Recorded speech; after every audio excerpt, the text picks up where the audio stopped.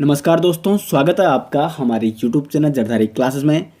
दोस्तों, उत्तराखंड जिला सीरीज में हम यहाँ पे डिस्कस कर रहे थे देहरादून जनपद के बारे में, और आज हम यहाँ पे देहरादून जनपद का पार्ट 3 यहाँ पे लेके आ रखे हैं, जिसमें हम देहरादून जनपद के प्रसिद्ध मेले, प्रमुख संस्थान और साथ ही साथ जो प्रशासनिक ढांचा है देहरादून जनपद का, उसको यहाँ पे चर्चा करेंगे। अब तक हम पार्ट 1 और पार्ट 2 में बहुत सारी चीज़ों पर चर्चा कर चुके हैं। प्रमुख पर्यटक स्थल, प्रमुख मंदिर, नदी सिस्टम, इतिहास के बारे में देहरादून के, तो वो सारे टॉपिक यहाँ पे कवर हो चुके हैं। तो आज ये देहरादून जनपद का लास्ट टॉपिक है और इसके बाद इसका एमसीक्यू प्रैक्टिस सेट भी आ जाएगा। तो चलिए दोस्तों, आज की वीडियो शुरू करते हैं। दोस्तों, तो सबसे पहले जो प्रसिद्ध मेले हैं देहरादून जनपद के, उसमें सबसे पहले बात कर लेते हैं झंडा मेला। झंडा मेला कहाँ लगता है? ये भी आपका देहरादून जनपद में लगता है और प्रतिवर्षीय होली के लगभग 5वें दिन आयोजित किया जाता है। अब ये कहाँ लगता है और क्यों लगता है, इसके बारे में जान लेते हैं।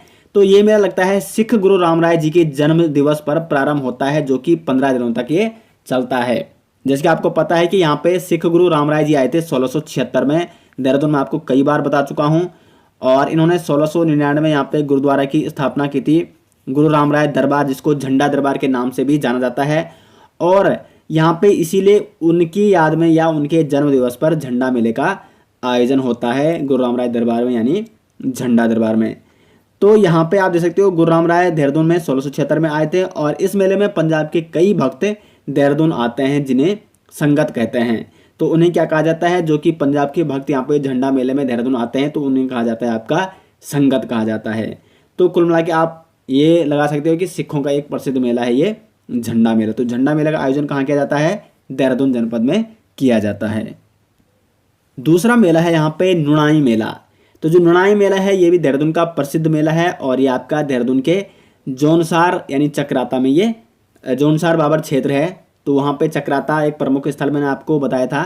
तो वहाँ पे ये श्रावण मास को आयोजित किया जाता है नुणाई मेला। तीसरा जो मेला है टपकेश्वर मेला है। कहाँ लगता है? टपकेश्वर महादेव मंदिर में। टपकेश्वर महादेव मंदिर मैंने आपको बताया था देहरादून जनपद में स्थित है। तो ये मेला देहरादून में देवधारा नदी के किनारे एक गुफा में स्थित शिव मंदिर है, वहाँ पे टपकेश्वर मेले का आयोजन किया जाता है। टपकेश्वर मेला टपकेश्वर मंदिर में लगता है और इस मंदिर का नाम टपकेश्वर इसलिए पड़ा कि इस गुफा में जो पानी है वो यहाँ पे क्या होता है कि एक चट्टान से टपकती बूंदों, मतलब वहाँ पे बूंदें क्या करती है, टपकती है चट्टान से। तो इसलिए इस मंदिर का नाम क्या पड़ा यहाँ पे? टपकेश्वर मंदिर के नाम से इस मंदिर को जाना जाता है। उसके बाद चौथा मेला है यहाँ पे भद्रराज मेला। तो भद्रराज मेले का आयोजन भी आपका देहरादून में किया जाता है और ये यहाँ पे भगवान बालभद्र को समर्पित है। भद्रराज मेला मसूरी में लगता है, ठीक है, देहरादून के मसूरी में। मसूरी से लगभग 15 किलोमीटर दूर है भद्रराज मंदिर। तो वहाँ पे आयोजित किया जाता है भद्रराज मेला और ये मेला भगवान भद्रराज को समर्पित है। उसके बाद अन्य मेला है जो है बिस्सू मेला। तो बिस्सू मेला भी कहाँ लगता है? जौनसार बाबर क्षेत्र का ये प्रसिद्ध मेला है बिस्सू मेला। उसके बाद छठा यहाँ पे वीर केसरी चंद मेला। तो वीर केसरी चंद मेला ये भी आपका देहरादून के चक्राता, जौनसार बाबर क्षेत्र के चक्राता में आयोजित किया जाता है। और जो वीर केसरी चंद है, ये प्रसिद्ध व्यक्ति हैं देहरादून के जौनसार बाबर क्षेत्र के। तो यहाँ पे इनका जन्म होता है 1 नवंबर 1920 को चक्राता के पास क्यावा गांव में। कहाँ हुआ था? चक्राता के पास क्यावा गांव में 1 नवंबर 1920 को वीर केसरी चंद जी का जन्म हुआ था। और पहले वो सेना में भर्ती हुए, उसके बाद वहाँ पे आज़ाद हिंद फौज के वो सिपाही बन गए थे। तो इन्होंने भी काफ़ी योगदान दिया था जो स्वतंत्रता आंदोलन हुआ था भारत में। तो उसके बाद इन पर मुकदमा चला था क्योंकि ये आज़ाद हिंद फौज के सिपाही थे और 3 मई 1945 को इनको फांसी दी गई थी। तो अभी भी काफ़ी याद किया जाता है इनको, इसलिए इनकी याद में क्या लगता है यहाँ पे वीर केसरी चंद मेला लगता है चक्राता में। तो ये प्रसिद्ध मेले थे जो कि देहरादून जनपद में आयोजित किए जाते हैं। अब बात कर लेते हैं यहाँ पे देहरादून जनपद में जो प्रमुख संस्थान है। वैसे मैं इन संस्थानों के बारे में आपको पहले ही बता चुका हूँ। उत्तराखंड में जितने भी संस्थान हैं जिलेवार में आपको एक वीडियो में पहले 2 वीडियो बनाए थे मैंने, जिसमें एक तो राज्य स्तरीय संस्थान थे और एक थे राष्ट्रीय स्तरीय संस्थान जो कि उत्तराखंड में स्थित है। तो वहाँ पे काफ़ी डिटेल से मैंने समझा रखा है, तो आप उस वीडियो को भी देख सकते हैं। तो बाकी आज हम देहरादून जनपद के प्रमुख संस्थानों के बारे में यहाँ पे देहरादून जिला सीरीज में चर्चा कर लेते हैं। तो नंबर 1 पर यहाँ पे भारतीय सर्वेक्षण विभाग यानी सर्वे ऑफ इंडिया। तो जो भारतीय सर्वेक्षण विभाग है, भारत के नक्शे बनाने वाली और सर्वेक्षण करने वाली एक संस्था है, यानी केंद्रीय एजेंसी। एक केंद्रीय एजेंसी यानी केंद्र सरकार के अधीन काम करती है और जितने भी मैप बनते हैं, नक्शे बनते हैं, सर्वेक्षण करना, ये सब किसके अंतर्गत आता है? भारतीय सर्वेक्षण विभाग के अंतर्गत आता है। इसकी स्थापना हुई थी वैसे 1767 में। स्थापना 1767 में कहाँ हुई थी? बंगाल में हुई थी, लेकिन 1942 में इसे देहरादून में स्थानांतरित कर दिया गया था। तो आपको नोट करना है, स्थापना 1767 में बंगाल में, और उस टाइम ब्रिटिश शासन था यहाँ पे, और ब्रिटिश शासन के ही अंतर्गत इसको 1942 में देहरादून में स्थानांतरित कर दिया गया था। और एक और चीज़ आपको नोट करनी है, भारतीय सर्वेक्षण विभाग के महानिरीक्षक थे जॉर्ज एवरेस्ट, जिनके नाम पर जो एवरेस्ट है, एवरेस्ट के बारे में तो सभी को पता होगा। तो एवरेस्ट की ऊंचाई मापने का श्रेय किसको जाता है? जॉर्ज एवरेस्ट को जाता है। इसलिए एवरेस्ट का नाम एवरेस्ट किनके नाम पर रखा गया है? जॉर्ज एवरेस्ट के नाम पर ही रखा गया है। और जॉर्ज एवरेस्ट मसूरी कब आए थे? ये मैंने आपको जो पार्ट 2 में, देहरादून जनपद के पार्ट 2 में मसूरी के बारे में बताया था, वहाँ मैंने बताया था 1832 में मसूरी आए थे जॉर्ज एवरेस्ट, और इन्होंने मसूरी में भी सर्वेक्षण कार्यालय अपना स्थापित किया। और यहाँ पे आपको एवरेस्ट पार्क भी देखने को मिलेगा। एवरेस्ट पीक नाम की एक यहाँ पे एक वहाँ पे क्या है, पर्वत श्रृंखला है, पर्वत वहाँ पे एवरेस्ट पीक के नाम का। तो एवरेस्ट पीक हो गया, एवरेस्ट पार्क हो गया, ये आपका मसूरी में स्थित है। तो ये तो हो गया यहाँ पे भारतीय सर्वेक्षण विभाग यानी सर्वे ऑफ इंडिया के बारे में। दूसरा जो संस्थान है वो है आपका भारतीय वन अनुसंधान संस्थान। तो ये काफ़ी इंपॉर्टेंट, यानी FRI, forest research institute Dehradun, यानी FRI। तो FRI का इतिहास काफ़ी लंबा है। तो जो भारतीय यहाँ पे अनुसंधान संस्थान है, इसको जानने से पहले कुछ और अन्य चीज़ जान लेते हैं, क्योंकि यहाँ पे 1864 में जब क्या हुआ था, भारतीय वन विभाग की स्थापना की गई थी। 1864 में क्या हुआ? पहले भारतीय वन विभाग की स्थापना की गई थी। अब जब वन विभाग की स्थापना की गई है तो वन विभाग से संबंधित स्कूल कॉलेजेस ये खोलना ज़रूरी था, ताकि यहाँ पे ट्रेनिंग दी जा सके व्यक्तियों को, और फिर उनको वन विभाग से संबंधित वहाँ पे वन विभाग में क्या कर सकते हैं, जॉब कर सकते हैं, या वन क्षेत्रों से संबंधित रोजगार वहाँ पे प्रदान किया जा सके और वनों को बचाया जा सके। क्योंकि बीच में क्या हुआ था कि जब रेल लाइन यहाँ पे बिछी तो बहुत ज़्यादा यहाँ पे हुआ था, भारत में वनों का हनन हो गया था। तो इसलिए इसी को देखते हुए 1864 में ब्रिटिश सरकार ने भारतीय वन विभाग की स्थापना की। उसके बाद 1878 में फॉरेस्ट स्कूल ऑफ देहरादून की स्थापना देहरादून में की गई थी। तो कई स्टूडेंट इसलिए कंफ्यूज हो जाते हैं कि वैसे इसकी स्थापना 1878 में हो गई थी, लेकिन उस टाइम इसका नाम क्या था? Forest school of Dehradun. तो अगर एग्जाम में ये पूछा जाता है कि फॉरेस्ट स्कूल ऑफ देहरादून की स्थापना कब हुई, तो वो 1878 में की गई थी। और 1884 में फॉरेस्ट स्कूल ऑफ देहरादून का नाम बदलकर क्या रखा गया है? Imperial forest school of Dehradun. क्या रखा गया? Imperial forest school of Dehradun. अब इसका नाम हो गया है 1884 में। उसके बाद 1906 आया, और 1906 में imperial forest school of Dehradun जो था उसका नाम अब बदलकर क्या रखा गया है? Imperial forest research institute Dehradun, यानी FRI, फॉरेस्ट रिसर्च इंस्टीट्यूट। अब ये क्या हो गया? इंस्टीट्यूट हो गया है, फॉरेस्ट रिसर्च इंस्टीट्यूट। ये नाम कब रखा गया इसका? 1906 में। तो इसीलिए अगर एग्जाम में पूछा जाता है कि FRI यानी फॉरेस्ट रिसर्च इंस्टीट्यूट की स्थापना कब की गई, तो वो की गई थी 1906 में। अब आपको समझ में आ गया होगा। और इसे अब क्या कहा जाता है, क्योंकि इंपीरियल तब तक इसको कहा जाता था जब तक यहाँ पे ब्रिटिश शासन हुआ करता था। जैसे ही भारत स्वतंत्र हुआ उसके बाद यहाँ पे इंपीरियल की जगह क्या आ गया? इंडियन फॉरेस्ट रिसर्च इंस्टीट्यूट, यानी FRI इसको अब कहा जाता है, जिसकी स्थापना 1906 में हुई थी। और ये कहाँ स्थित है? आपका देहरादून में ये स्थित है। उसके बाद तीसरा यहाँ पे राष्ट्रीय जल सर्वेक्षण कार्यालय। तो जो राष्ट्रीय जल सर्वेक्षण कार्यालय है ये भी आपका देहरादून में स्थित है। अब यहाँ पे इसके इतिहास के बारे में जान लेते हैं। तो भारत में पहली बार नौसैनिक जल सर्वेक्षण विभाग की स्थापना की गई थी 1770 में ईस्ट इंडिया कंपनी के माध्यम से। उसके बाद 1874 में इसको मेरिनो सर्वे ऑफ इंडिया को कोलकाता स्थानांतरित को किया गया। अब इसका स्थानांतरित कहाँ किया गया? 1874 में कोलकाता में इसको स्थानांतरित किया गया है। 1954 में फिर मेरिनो सर्वे ऑफ इंडिया को देहरादून में स्थानांतरित किया गया। तो देखो 1954 में merino survey of India, merino का मतलब होता है समुद्री सर्वे ऑफ इंडिया, जो समुद्र के बारे में क्या करता है? सर्वे करता है। समुद्र में कहाँ से जाना है, किन रास्तों से जाना है। एक पहले क्या होता है कि पहले समुद्री मार्ग हुआ करते हैं और काफ़ी ज़्यादा जहाज़ों से एक देश से दूसरे देश जाया जाता था जहाज़ों के माध्यम से, यानी समुद्री मार्गों के माध्यम से। तो कुल मिला के जो समुद्र में मैप बनाना, समुद्री मार्गों की खोज करना, वो किसके अंतर्गत आता है? राष्ट्रीय जल सर्वेक्षण कार्यालय के अंतर्गत ही आता है, मेरीनो सर्वे ऑफ इंडिया। और उसके बाद इसका जब 1954 में इसको देहरादून में स्थानांतरित कर दिया गया था, तो इसका नाम उसके बाद क्या रखा गया? नौसेना जल सर्वेक्षण कार्यालय रखा गया। फिर इसको 1996 में इसका नाम नेशनल हाइड्रोग्राफिक ऑफिस कर दिया गया। और उसके बाद 1999 में इसका नाम फिर से बदलकर क्या रखा गया? हाइड्रोग्राफिक सर्वेक्षण ऑफिस, यानी राष्ट्रीय जल सर्वेक्षण कार्यालय। और ये कहाँ स्थित है? आपका देहरादून में ये स्थित है। उसके बाद चौथा यहाँ पे Wadia institute of Himalayan geology, यानी WIHG। तो हिंदी में अगर बात करें, वाडिया हिमालयन भूविज्ञान संस्थान, तो ये भी आपका देहरादून में स्थित है और इसकी स्थापना हुई थी 1968 में। लेकिन 1968 में इसकी स्थापना दिल्ली में हुई और उसके बाद फिर से इसको 1976 में देहरादून में इसको स्थानांतरित किया गया। तो मैक्सिमम संस्थान ऐसे हैं जिनकी स्थापना तो बाहर हुई, यानी देहरादून से बाहर, लेकिन बाद में उनको स्थानांतरित करके कहाँ लाया गया? देहरादून में लाया गया। और जो WIHG है, यानी वाडिया इंस्टीट्यूट ऑफ हिमालयन है, ये आपका भारत सरकार के विज्ञान एवं प्रौद्योगिकी मंत्रालय के अंतर्गत ही आता है।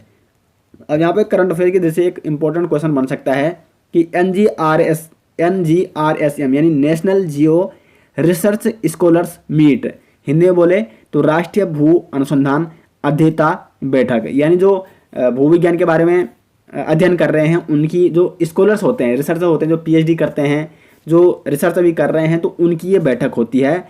तो NGRSM की जो चौथी बैठक का आयोजन हुआ वो वेबिनार के माध्यम से जून 2020 में WIHG में किया गया। अब इसमें इंपॉर्टेंट ये था कि ये वेबिनार के माध्यम से, यानी ऑनलाइन माध्यम से आयोजित किया गया था, क्योंकि उस टाइम यहाँ पे क्या था, 2020 में कोरोना बढ़ गया था, तो इसलिए वेबिनार के माध्यम से NGRSM की चौथी बैठक WIHG में आयोजित की गई। NGRSM मैंने आपको बता दिया, नेशनल जियो रिसर्च स्कॉलर्स की ये मीटिंग होती है। तो काफ़ी इंपॉर्टेंट था ये करंट अफेयर्स की दृष्टि से। उसके बाद अगला यहाँ पे पांचवा, यहाँ पे भारतीय पेट्रोलियम संस्थान, यानी इंडियन इंस्टीट्यूट ऑफ पेट्रोलियम, ये आपका कहाँ है? देहरादून में है। इसकी स्थापना हुई थी 1960 में और उद्देश्य क्या है? पेट्रोलियम उत्पादों का विकास करना। एक और चीज़ आपको इसमें ध्यान रखनी है कि वर्ष 2019 में IIP यानी इंडियन इंस्टीट्यूट ऑफ पेट्रोलियम ने देहरादून में प्लास्टिक वेस्ट को डीजल में तब्दील करने के लिए एक प्लांट स्थापित किया। तो आ सकता है एग्जाम में कि प्लास्टिक वेस्ट को, जो प्लास्टिक मटेरियल होता है, प्लास्टिक जो वेस्ट मटेरियल होता है, उससे डीजल बनाना, तो उसके लिए एक प्लांट देहरादून में कब स्थापित किया गया था? वर्ष 2019 में। किसके माध्यम से? भारतीय पेट्रोलियम संस्थान द्वारा ये प्लांट स्थापित किया गया था देहरादून में। छठा यहाँ पे oil and natural gas corporation, जिसकी स्थापना 1956 में हुई और उस टाइम इसका नाम क्या था? तेल एवं प्राकृतिक गैस आयोग। लेकिन 1994 में इसका नाम बदलकर क्या रखा गया? प्राकृतिक गैस निगम यानी ONGC, oil and natural gas corporation में रूपांतरित इसको किया गया। तो 1994 में इसका ये नाम पड़ा, जबकि जब इसकी स्थापना हुई थी 1956 में, तब इसका नाम क्या था? तेल एवं प्राकृतिक गैस आयोग। उसके बाद 1997 में ONGC को नवरत्न कंपनी में शामिल किया गया। देखो नवरत्न कंपनी, ये मैंने आपको, महारत्न कंपनी, ये मैंने आपको एक स्पेशल वीडियो बना रखी है प्रमुख संस्थानों पे, उसमें मैंने डिटेल्स समझा रखी कितने महारत्न कंपनियां हैं भारत में, क्या होती है महारत्न कंपनियां, नवरत्न कंपनियां क्या होती हैं। तो उस वीडियो को आप ज़रूर देखें, प्रमुख संस्थान उत्तराखंड के, आप यूट्यूब में सर्च कर सकते हैं बाई जरधारी क्लासेस, तो आपको वीडियो मिल जाएगी जिन्होंने वो वीडियो अभी नहीं देखी हैं। वहाँ पे एक तो फ़ायदा आपको ये मिलेगा कि उत्तराखंड के जितने भी प्रमुख संस्थान हैं वो मैंने वहाँ पे बता रखे हैं, प्रत्येक जनपदों के जिलेवार, और काफ़ी डिटेल्स वहाँ पे समझाया गया है। तो 1997 में ONGC को नवरत्न कंपनी में शामिल किया गया, जबकि 2010 में ONGC को भारत की महारत्न कंपनियों का दर्जा प्राप्त हुआ। तो ONGC भारत की क्या है? एक महारत्न कंपनी है, जिसका क्या होता है? काफ़ी महत्व होता है, काफ़ी इंपॉर्टेंस इसकी होती है। सातवां यहाँ पे ड्रिलिंग प्रौद्योगिकी संस्थान यानी इंस्टीट्यूट ऑफ ड्रिलिंग टेक्नोलॉजी, जिसकी स्थापना 1978 में हुई और ये भी आपके देहरादून में स्थित है। आठवां यहाँ पे भारतीय वन्य जीव संस्थान यानी wild life institute of India, तो ये भी आपका कहाँ है? देहरादून में है। स्थापना इसकी 1982 में हुई और उद्देश्य जिसके नाम से भारतीय वन्य जीव संस्थान यानी वन्य जीवों को संरक्षण रखना और वहाँ पे वन्य जीवों को संरक्षण करने के लिए वहाँ पे अधिकारियों को क्या देना? ट्रेनिंग देना, उनको प्रशिक्षण देना और उस पर रिसर्च करना। तो ये यहाँ पे काफ़ी महत्व है भारतीय वन्य जीव संस्थान का, जो कि देहरादून में ही स्थित है। 9वां है भारतीय सुदूर संवेदन संस्थान। ये काफ़ी इंपॉर्टेंट है, कई बार एग्जाम में आ चुका है। Indian institute of remote sensing, जिसकी स्थापना 1966 में हुई थी और ये भी आपका देहरादून में स्थित है। 10वां है इंदिरा गांधी राष्ट्रीय वन अकेडमी। तो ये भी आपका कहाँ है, यानी Indira Gandhi national forest academy Dehradun में स्थित है, जिसकी स्थापना 1987 में की गई थी। 11वां राष्ट्रीय दृष्टिबधिर संस्थान और 12वां आपदा न्यूनीकरण व प्रबंधन केंद्र। तो ये सारे संस्थान मैंने आपको काफ़ी डिटेल से समझा दिए हैं और ये कहाँ है, आपके देहरादून जनपद में ही, यानी देहरादून में ही स्थित है। अब यहाँ पे देहरादून जनपद के प्रशासनिक ढांचे के बारे में बात कर लेते हैं। तो सबसे पहले विधानसभा सीटों की बात की जाए तो टोटल 10 विधानसभा सीटें हैं देहरादून जनपद में। कौन कौन सी है? नंबर 1 है चक्राता। अब देखो, जो चक्राता है वो एसटी यानी अनुसूचित जनजाति के लिए आरक्षित है। एक होती अनुसूचित जाति एससी और एक होती एसटी। तो एसटी के लिए कौन सी विधानसभा सीट आरक्षित है? वो है चक्राता। काफ़ी इंपॉर्टेंट है, तो ये एग्जाम में पूछा जा सकता है, तो ये आपको नोट करना है। उसके बाद दूसरी है राजपुर। तो राजपुर है एससी यानी अनुसूचित जाति के लिए आरक्षित सीट। तीसरी है यहाँ पे विकासनगर। चौथा है देहरादून। 5वां है धर्मपुर। 6वां मसूरी है। 7वां रायपुर विधानसभा सीट है। 8वां है सहसपुर। 9वां है ऋषिकेश और 10वां है डोईवाला। तो ये 10 विधानसभा सीटें कहाँ हैं? आपकी देहरादून जनपद में स्थित हैं। उसके बाद विकास खंडों की बात की जाए तो यहाँ पे टोटल 6 विकास खंड हैं। कौन कौन से हैं? रायपुर, चक्राता, डोईवाला, कालसी, सहसपुर और विकासनगर। तो ये 6 विकास खंड कहाँ हैं? आपके देहरादून जनपद में स्थित हैं। तहसील की बात करें तो तहसील यहाँ पे 7 हैं। कौन कौन सी है? कालसी, त्यूनी, चक्राता, ऋषिकेश, देहरादून, विकासनगर और डोईवाला। ये 7 आपकी क्या हैं? तहसीलें हैं देहरादून जनपद में। अब आगे बढ़ते हैं और जनसंख्या के बारे में बात कर लेते हैं। तो जनसंख्या अगर देहरादून जनपद की बात की जाए तो 16,96,694 टोटल जनसंख्या है देहरादून जनपद की, जो कि राज्य का दूसरा सबसे अधिक जनसंख्या वाला जनपद है। राज्य का यानी उत्तराखंड राज्य का सर्वाधिक जनसंख्या वाला जनपद हरिद्वार है और दूसरे नंबर पे कौन आता है? देहरादून आता है। जनघनत्व की बात करें यानी प्रति वर्ग किलोमीटर कितने व्यक्ति रहते हैं, तो 549, जो कि तीसरा सर्वाधिक जनपद है जनघनत्व के मामले में। सबसे ज़्यादा जनघनत्व कहाँ है उत्तराखंड में? वो आपका हरिद्वार में है और उसके बाद कहाँ है? उधम सिंह नगर में है। और तीसरा सर्वाधिक जनघनत्व कहाँ है? आपका देहरादून जनपद में है। साक्षरता की बात करें तो 84.25% यहाँ की साक्षरता है, जिसमें पुरुष साक्षरता है 89.40% और महिला साक्षरता है 78.54%। लिंगानुपात की बात करें तो 902 यानी प्रति 1000 व्यक्तियों पे महिलाओं की संख्या तो 902 है और यह है दूसरा सबसे कम लिंगानुपात वाला जनपद। सबसे कम लिंगानुपात वाला जनपद कौन है उत्तराखंड में? वो है आपका हरिद्वार। हरिद्वार में लिंगानुपात कितना है? 880 यानी 1000 पुरुषों में 880 महिलाएं। और यहाँ पे देहरादून की बात करें तो देहरादून में है 902 यानी 1000 यहाँ पे यदि पुरुष हैं तो यहाँ पे 902 क्या हैं? महिलाएं हैं। तो ये होता है आपका लिंगानुपात। तो आपको सब चीज़ यहाँ पे समझ में आ गई होंगी और ये हो गया देहरादून जनपद हमारा कंप्लीट, जिसमें आज हमने प्रसिद्ध मेले, प्रमुख संस्थान और प्रशासनिक ढांचा, जनसंख्या, लिंगानुपात, ये सारे टॉपिक पे चर्चा की। तो आशा करते दोस्तों आपको ये वीडियो पसंद आई। वीडियो पसंद आई वीडियो को लाइक और शेयर जरूर करें और वीडियो कैसी लगी कमेंट बॉक्स में राय जरूर बताएं। मिलते हैं इसके प्रैक्टिस सेट के साथ, तब तक के लिए धन्यवाद।